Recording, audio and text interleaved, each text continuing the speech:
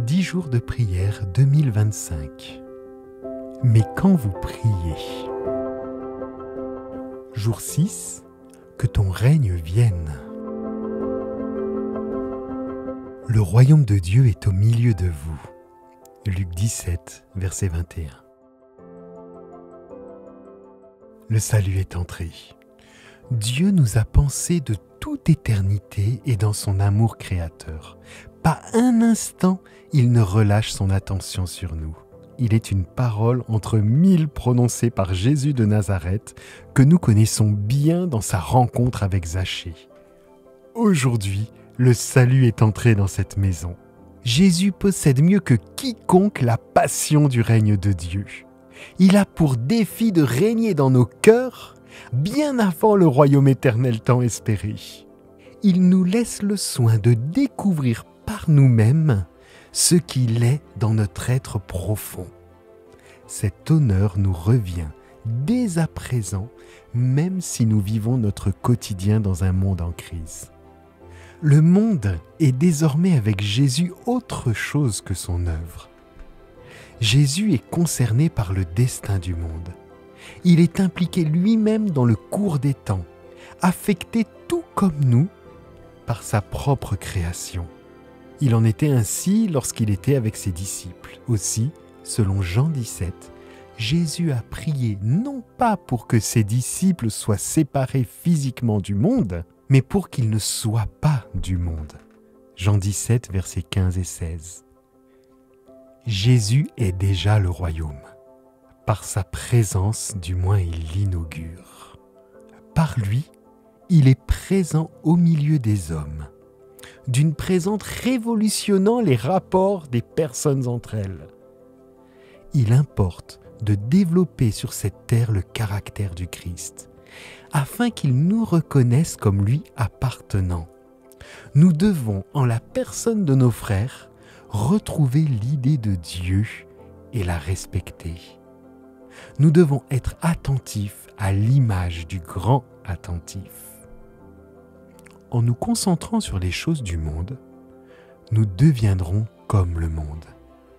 Là où est ton trésor, là aussi sera ton cœur. Matthieu 6, 21. Mais si nous nous concentrons sur Dieu et sur son royaume se développera en nous et autour de nous.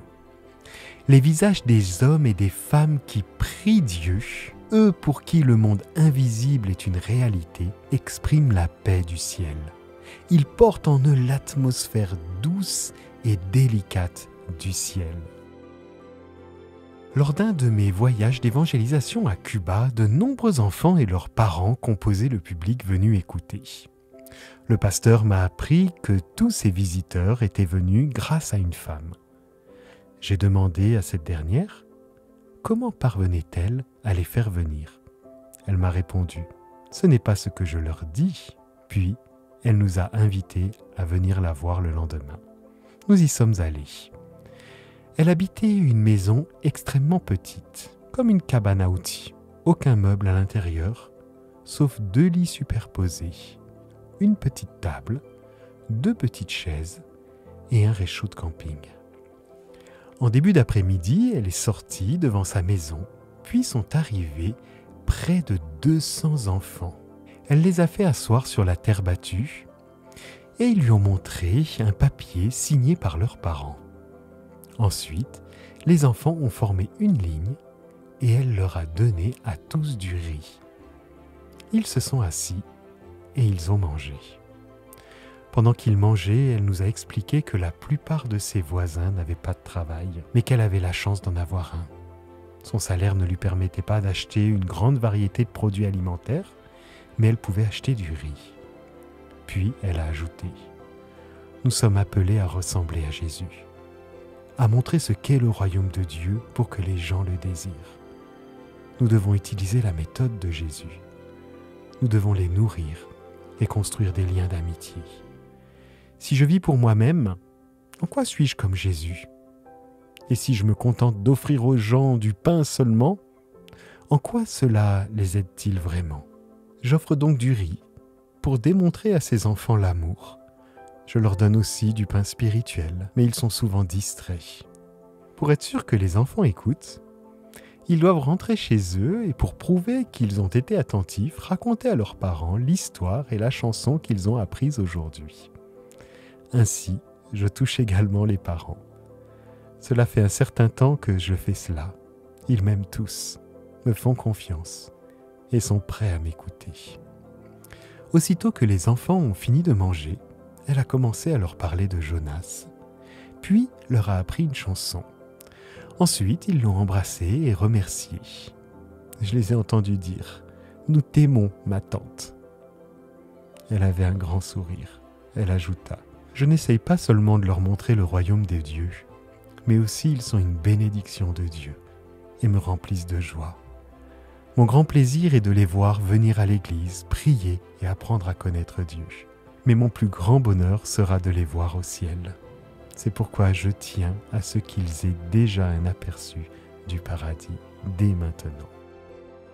Jésus vient bientôt, mais pour être prêt à entrer dans son royaume, lorsqu'il reviendra, son royaume doit être une réalité en chacun de nous, dès maintenant.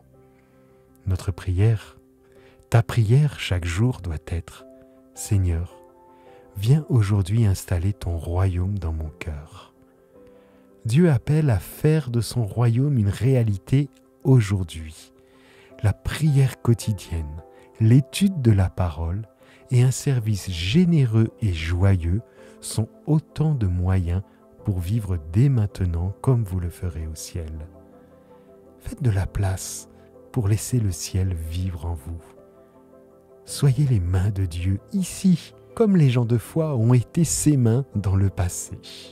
Dieu veut faire entrer son royaume dans votre cœur et dans votre maison aujourd'hui, et cela chaque jour. Il veut que vous vous habituiez à vivre en sa présence en tant que citoyen du ciel. Invitez quotidiennement le ciel dans votre cœur et laissez son amour se répandre sur les autres par vos actions. Prions ensemble. Enrichissez vos prières des promesses divines avec le verset de Luc 17, 21. Le royaume de Dieu est au milieu de vous. Le royaume de Dieu. Seigneur, ton royaume est incomparable à ceux de ce monde dans lequel nous vivons ici-bas. Remplis-nous de ta sagesse, nous convainquant ainsi à vivre humblement selon ton royaume dans nos vies d'aujourd'hui. Agrée le moyen par lequel nous nous engageons à servir, soutenir, réconforter et encourager tes enfants ici-bas. Est au milieu de vous. Seigneur, permets-nous de vivre déjà comme des citoyens du ciel. Nous te le demandons dès aujourd'hui. Détourne nos regards de notre ego afin de nous centrer sur les autres. Montre-nous qui autour de nous a besoin en ce moment d'une oreille attentive, qui a besoin d'un repas chaud ou de quoi vêtir ses enfants, qui pourrait attendre de notre part un authentique témoignage de la puissance transformatrice de Jésus en nous. Parle à nos cœurs et instaure ton royaume dans nos vies aujourd'hui. Amen. Voici les 6 thèmes de prière que nous reprendrons chaque jour. Appuyez sur pause entre chacun d'eux et laissez Dieu vous inspirer les sujets qu'il veut vous mettre à cœur aujourd'hui. Reconnaissance et louange. Remerciez Dieu pour des bénédictions précises et louez-le pour sa bonté. Confession. Prendre quelques minutes pour reconnaître votre besoin au Père Céleste en le lui confessant en privé, puis remerciez-le pour son pardon. Laissez-vous guider par Dieu.